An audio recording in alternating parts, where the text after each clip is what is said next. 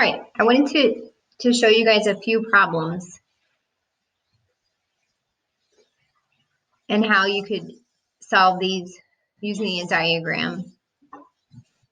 So that might help you as you're thinking of situations to go along with these problems. So this is the one from last time. And I'm going to show you how you can do this with a tape diagram. So here's X. It could be a pot or a jug of water. I'm going to divide it into fourths.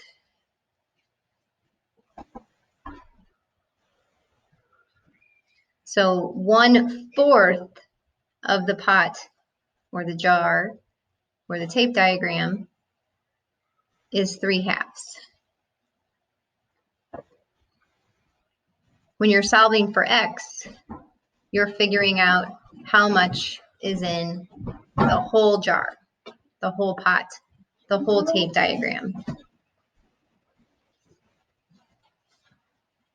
So to solve it, you would do 3/2 times 4, which would be 6.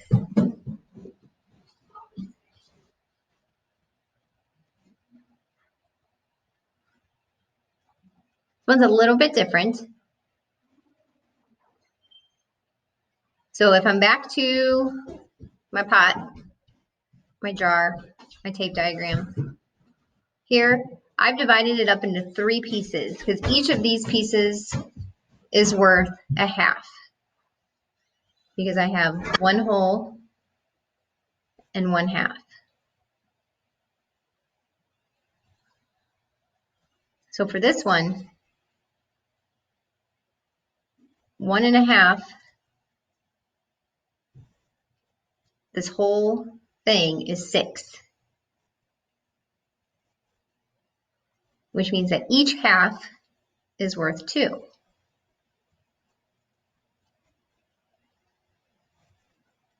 One bucket, one thing would hold 4.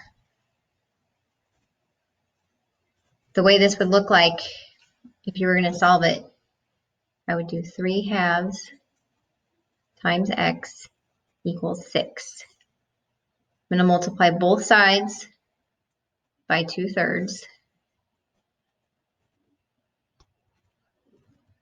We have 6 times 2 is 12. 12 divided by 3 is 4. I think this was one of your practice problems.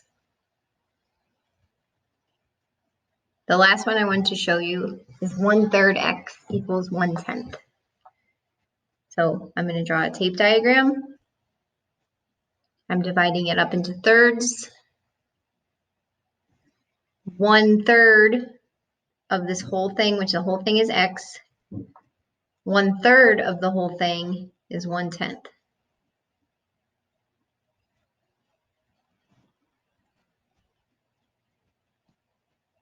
Which means the whole thing is 3/10.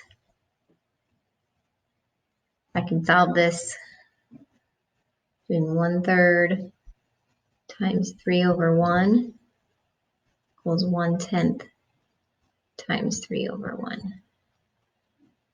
Okay, so X would equal 3/10.